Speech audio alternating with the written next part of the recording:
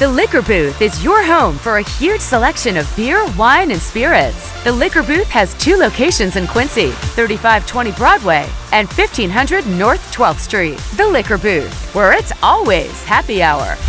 Hey everybody, welcome to the Daily Muddy. Today joining me again, my friend Jen Wiemelt. What's up? Lots of awesome things. I was going to say, down.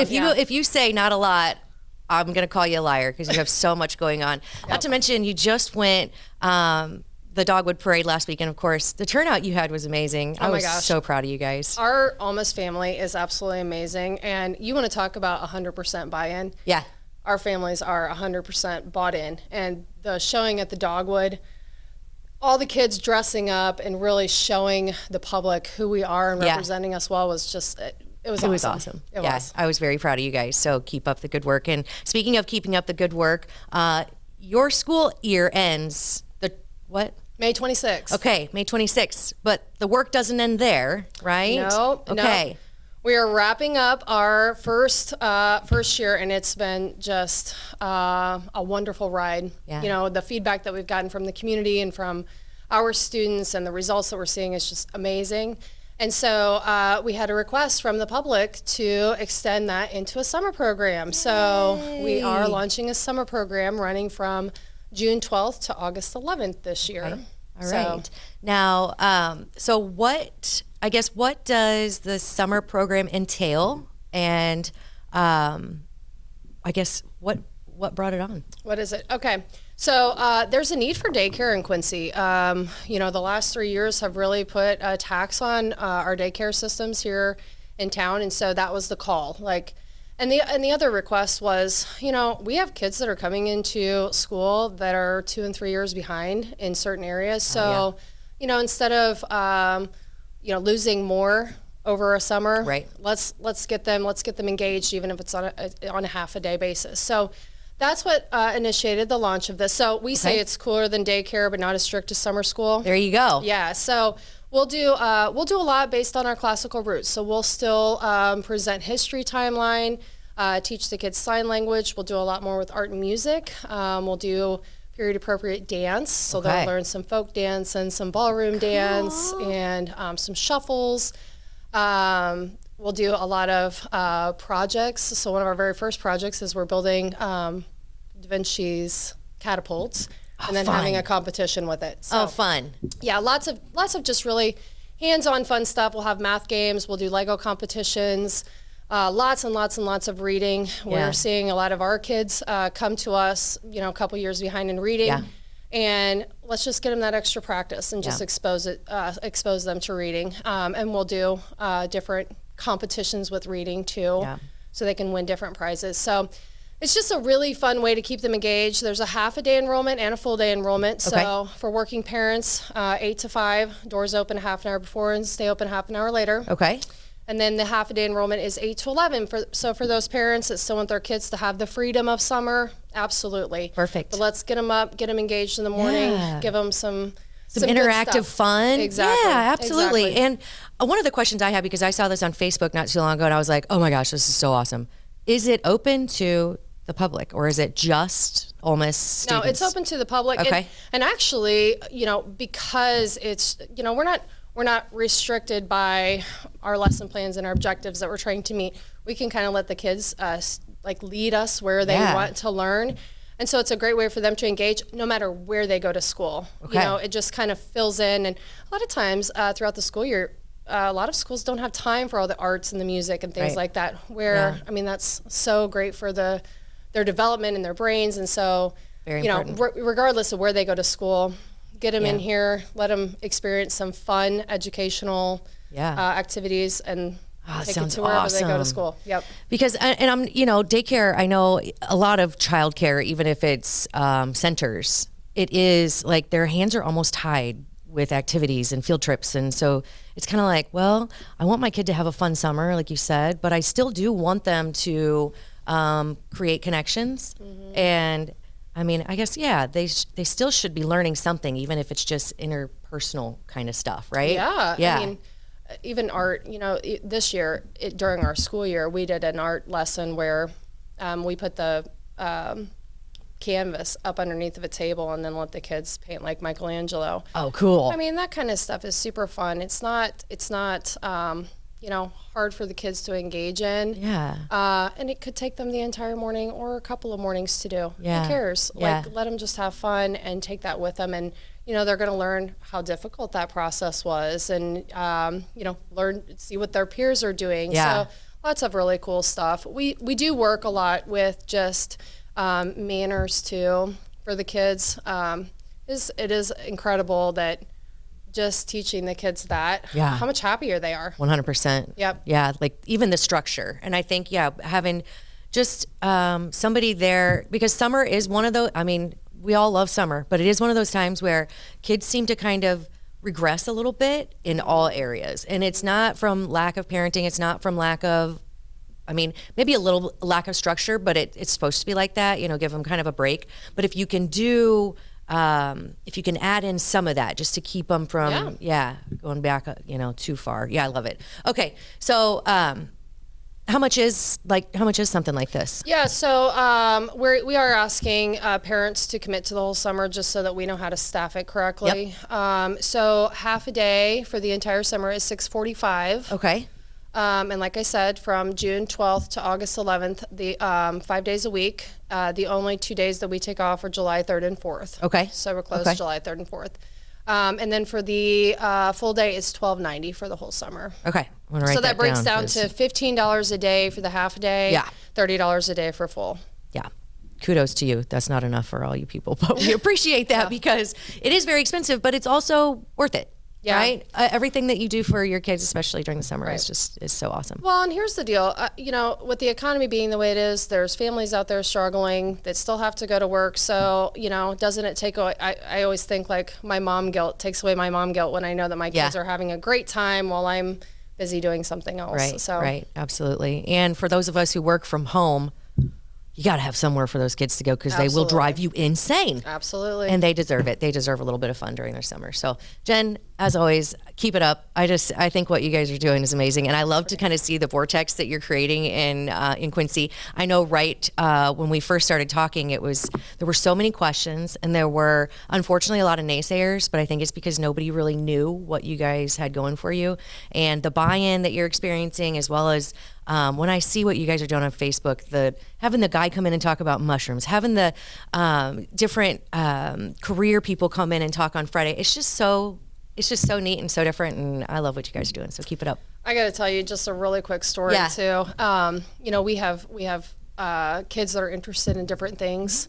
So we actually started at the end of the year just doing one-off little field trips with them. Yeah. So like if a child's really interested in being an engineer or really interested in being like a computer programmer, we find members of the community and go out and just take that small group of students. Yes, one-on-one or a small group of students to see their faces light up when they're able to ask those questions, in a personal way to somebody that has gone through school for this and is working in that job and how they use their education every day. And then, they'll tell the kids, hey, if I had one thing, if I could go back and tell my 6th or 7th or 8th grade self, I would say, take in everything your teachers are offering you. It's all important. Right. And I just love that. Yeah, that is so cool. And of course, it's something they're already interested in, so they have passion already, and then you're building that. Very, very cool. Okay, so I want to mention one more thing because I know I was going to cut it a minute ago, but Teacher Appreciation Week is this week, so it's very appropriate that you came on. Thank you. I'll give you appreciation here. Please pass that on to the rest of your family at Ulmus. Because that is just, I really am so proud and appreciative of everything. And I will tell you, without our staff, we are nothing. Right. That team is literally building this in midair. It's amazing. That's awesome. So cannot appreciate them. Yeah. Enough, truly. That is so cool. Yep. Well, keep it up, and as always, I love talking to you. I can't wait to talk to you again about what cool stuff you guys have going on. Thank you, Ashley. All right, thanks a lot. Coming up, Britt B and Ash C and Coffee Talk.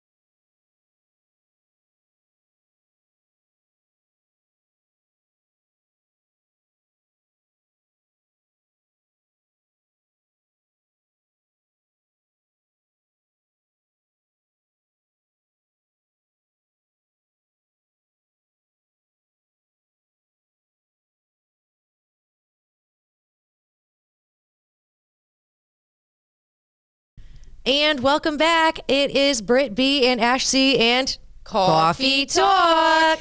Hey. How are you? Fantastic. How are you? I'm great. I love your outfit. Thank you. You're welcome. I was going to tell you that.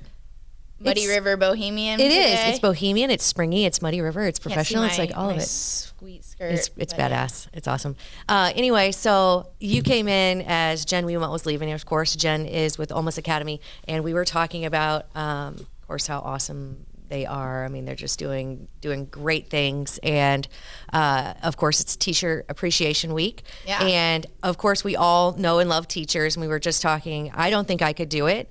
I give total props. Yeah, to I couldn't do every it. It's not. teacher. It's not a service for you're doing it for the money. Yeah, and it's also not for the faint of heart. And I truly believe. So, real quick, I want to give a shout out to one of our favorite teachers, Miss Ellen Goff. She gave us these really cool pens, which, of course, it's something that we love. But for those of you who don't know, maybe I don't even know if you know, but I like fidget with. I have to have a pen every time I do the Daily Muddy because otherwise I fidget. You found your niche with the pen. I noticed it. I wasn't gonna say anything. Yeah, I always have to have a pen, and now I have my very own. So thank you, St. Ellen. We love you. Yeah, and thanks for doing what you do. Absolutely. So Ellen is, Bob, correct me if I'm wrong, but a special education teacher with what school? Lincoln Douglas. So shout out She's to a all the blessing. teachers. Yeah, that takes a lot of heart and a lot of hard work. So Yeah. and I think every teacher, I mean, I don't want to sell anybody short. I have the utmost respect for teachers. You don't make enough money. You don't get enough appreciation. And that's what this week is for. Yeah. So what do you do to show appreciation for your teachers? Well, I think we're good gift givers for Yeah. for one. I know Okay. that. I think whoever gets Mela in class, they usually generally like the gifts. Yeah. I'm usually sticking some bar beer tokens in there Look at and you. whatever gift that's cards. You know, awesome. all the handy stuff. Yeah. Not just the candle because they're more than I guess just the candle gift Yeah. to me. Oh, yeah. Yeah, I- gift cards are always nice. I think. Everyone loves gift Yeah. cards. I like when, at the end of the year, my husband, he's a teacher, gets all those. Oh yeah, gift shout out cards. Mike, Yeah. Mr. Schull. I don't know how he does it. I don't either. He's so cool and laid back though. Most of the time, I feel like Yeah. everybody loves him. At school. No, he really is. But they all have to be. Yeah. Teaching has changed completely. Not like really dogging on the system or anything like that. But yeah, I mean, you have to be pretty laid back to be a teacher nowadays because the disciplinary action things. It's just a touchy thing, Right. So just Things last are kind night, of fractured, maybe. Yeah. Last night we had to. We didn't have to, but we went to Mela's concert choir. I saw that. It was her last one in the elementary age, and just being around in the auditorium or the theater, if you will. Decorum has changed. I know we've talked about this before, but so there's some kids on the right, and they're just talking and laughing, and I know Mike wanted to turn around and say like. Theater. Shut it! Well, I wanted to say, That's what I would have said. Oh, I came so close so many times. But it's like I think he wanted to turn around and say, like, man, I wanted to see my kid perform, you know? Have some respect. But you almost can't say anything to anybody. So I don't know. Yeah. And I know exactly what you didn't mean. want to say it either because I didn't want to get him in any trouble, but I wanted to be like, Yeah, I get guess it that's together. true. Yeah, so getting him in trouble would be one thing, but I would definitely have to be like, Teachers, all right. yeah, man, they have to like really let it just roll off whatever, I guess. But at the same time, I don't know how great that is because, I mean, I wasn't really big into the theater personally. Like, I wasn't really a big A building. I married an A building person. Yeah, I wasn't right. in it. Sure. But I know for a fact that like you just didn't behave that way in the theater. Yeah. Well, I think it was also something that was taught as a part of that curriculum. Like there is a respect, there is an etiquette. And it's right? not just students though. It's like parents letting your Oh, I kids know. run all over the place. Yeah. Like it's almost like there's just Candy no wrappers. Oh, Hate it. That would be that's minor compared to That's a the walk in the kids park. flipping over the seats and I don't know. Oh, how did you keep calm? I would have to- I wanted to stand up and say something like, let's do something about this. I don't Yeah. know. I know like Kathy Dooley would be flipping shit. She would never stand for that. No. Not and ever. I think the new music director, she's great. she's got to, I think, have a couple more years before she can get up there and say, shut the, Right. at some point in time, I think they really have to do this. Like, you gotta let them know who's in charge, and that doesn't have to be controversial. But there has to be a decorum. There has to. There be, really does. And otherwise, it's just nobody can enjoy anything because everybody's just running amok. Like, I don't want to deter people from that department either. Sure. But trust me, there are plenty of kids in choir right now, and I know they're just like kind of weeding them out by making these. You're saying some can't sing, can't carry a tune. I think some parents aren't going to go to these concerts that are 3 hours long. I'm like going, listen, kid, I don't want to be here just as much as you do, but like at least let me enjoy it and listen to whatever. Yeah, especially while kids are flipping over the seats. Oh my gosh, yeah, I can't even imagine. The patience behind the teachers, kudos to you. So you have to have thick skin, but you also have to have a huge heart. And how do you combine those two so that you're loving the kids and creating an atmosphere, a loving and nurturing atmosphere, while also it does not take putting a up with person. the BS. I see him do it in parenting too. You know, like he lets the teacher come out where what you just said, that great mix of, not it's patience, it's love, but then it's structure. Yeah. I think, and I'm not real good with structures. I think goodness Luke is, but I think there has to be some of that, and maybe it is a little fractured, but I think that's another reason why we do owe our teachers so much appreciation, because a lot of it is their hands are tied. And and it's not because of their lack of caring or give a damn or lacking, wanting to help these kids. It's just, where do you go when you have parents that are, against you? You have a school, leadership that's against you. You have government that's almost against, okay, we'll stop there because I feel like it's just very messy. I'm not trying to like point fingers, but it definitely doesn't lay in the hands of the teachers where they should have control, because it is directly affecting them. Okay. And also the other students.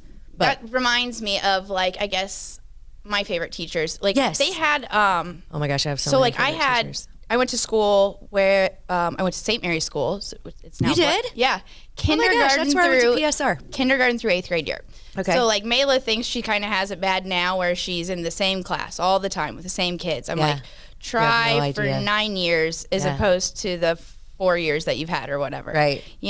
So, but those teachers, they were, they had structure. Yeah, but they didn't. They were allowed it. Yeah. I had, and that comes from a long line of history of. Yeah. And well, the Catholic school teacher evolved greatly from, being the nun that got to slap your hands. That's what my mom went through. To now, they just basically took us outside and read us the whatever. You know, told you what was up. Quote, you unquote, can't do that now, really. Even pulling the kids out in the hall. Right. But I remember getting pulled out in the hall. Did you? Yeah, all the time. Not all the time. Bad but kid, Britt. No, it was always constructive too. Sure, I feel like. Yeah. Maybe it's a redirection, not so much disciplinary. Yeah. But it's kind of mixed between the two. So learning how to learning which one is appropriate, I think, is really important as well, because discipline is necessary in some situations, but isn't always constructive in other situations. And just being pulled out in the hall, that's embarrassment enough. It is for some people. Some people really love it because then they get all kinds of attention from their buddies. Okay, yeah. Also, kids have changed because there's just, it's just times are changing. And okay, so shoot me your favorite. I guess my favorite teacher, though, would have been somebody that probably took me to the hall to like turn me around, instead of embarrassing you in front of everybody. And I don't know, maybe that one. My very favorite was Mrs. Turwelp. I'm pretty sure she's still teaching, Sharon Turwelp. When I was in the 5th grade, I nominated her for a Brass Bell Award, and she won that. Oh, yeah, sweet. So what made her special? Do you remember? Honestly, it was the reading. She would read in 5th grade. It's kind of weird that, thinking a teacher reading to you, that you would even want that in the 5th grade. But then her reading out loud, she read books. The best book that everyone knows that, Mrs. Turwelp reads is Where the Red Fern Grows. Oh, yeah. I think we've talked about that. Yeah. yeah, just reading out loud and getting into it. Just being engaging. Yes. Yeah. She made me love reading. Yeah. Yeah. Good for her. Thank you, Mrs. Turwell. Yeah, thank you. Is it Miss or Mrs.? I don't know. It's Mrs. Turwell. Thank you, Mrs. Turwell. We appreciate you. Who's your favorite teacher? So I have a couple, and I'm just going to roll through them real quick. So Mrs. Schmidt was my favorite in 4th grade. She was my first favorite teacher, and she did 2 things. She made me, of course, love math by throwing Skittles at us or Hershey Kisses when we got something right. And I'm not a mather. So it made me kind of appreciate it a little bit more. Yeah. And then she also taught me a love of music she used to play the dulcimer. And so we went to Branson one year as a family, and I actually got my very own dulcimer and started to play. You got to tell me what a it's dulcimer a wooden, is. It's a long wooden instrument, and you play it with mallets. Oh. It's very cool. So we'll have to Google it. But yeah. So she was my first. You could come here and play for us too. Oh my gosh, I could never play anything now. That was way back, but I could try. I'll give it a shot. Right. And then high school, my favorite teacher was Mr. Daryl Comstock. He was the graphic design teacher. Oh, full and circle. Yeah, right? And so now it's like one of my great loves is graphic design because he did teach me to love it. He also called me Holly.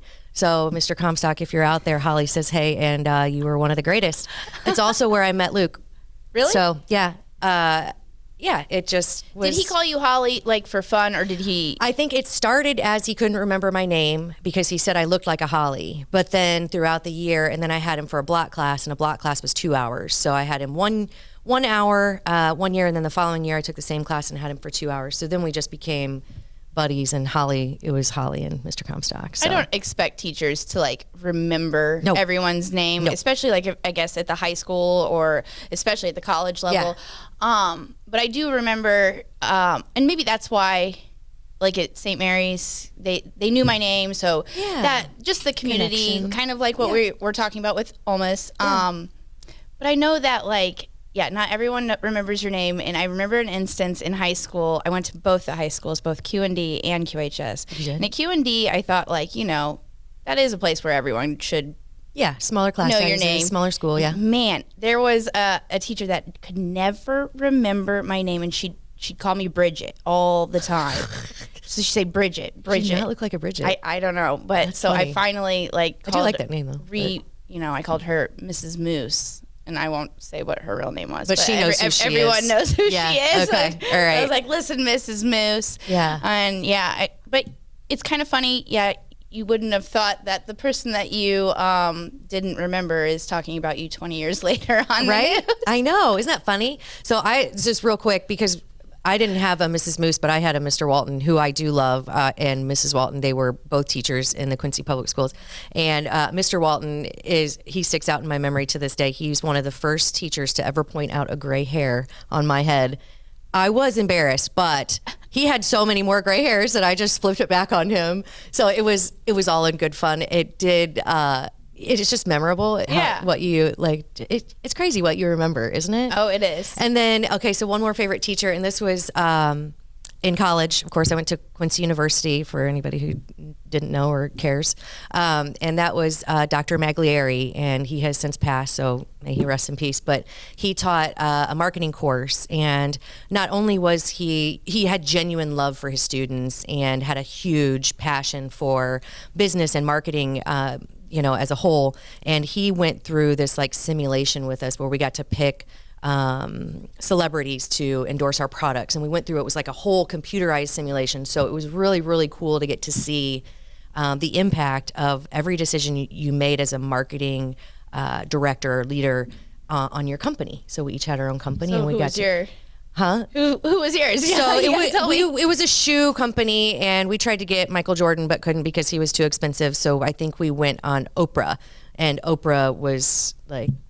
Oprah was your celebrity? Yeah, she was our celebrity endorser, which for a shoe company wasn't great, but it was like, oh, everybody knows her name. So we didn't win, but it was still fun. It was just really cool. And Dr. Maglieri, Mags to anybody who knew and loved him, he just really had a way with students and learning, and so that's awesome. Yeah, I appreciate all my teachers, and if I didn't mention you, I apologize. You all had an impact on me, and same. I have a ton. Yeah, right. I know. So I always just remember the one, I guess. But I had a lot of teachers that gave me, good and bad. The bad is actually not so it's bad. still good because out of everything we remember that. And you so Yeah. like no matter what, lessons are learned. Yeah. And I will say Quincy does have some of the best teachers sure. and support staff. You know, our kids are really, really lucky. Of course, we appreciate you all. We hope that you have a great appreciation week. So one of the things real quick, I don't know if every school does it, but Denman PTA, they were like, if you don't have time to come in or you don't want to bring snacks, you can just Venmo. And I think that's genius. Yeah. So if you don't have time to go and volunteer or you don't make snacks, I'm not a homemaker or anything, you know, I mean, it is what it is. So I'm like, yeah, here's some cash. Go buy yourself something nice. Also, real quick, tomorrow is Nurse Appreciation Day. So if you have a school nurse that has helped you or anything, make sure you reach out. And yeah. So what do you think? all the appreciation. Right? Yeah. Just so much appreciation. And yeah, we're blessed with the best. So thank you all. Keep on keeping on and have a great week. Muddy River News. Our home, our news.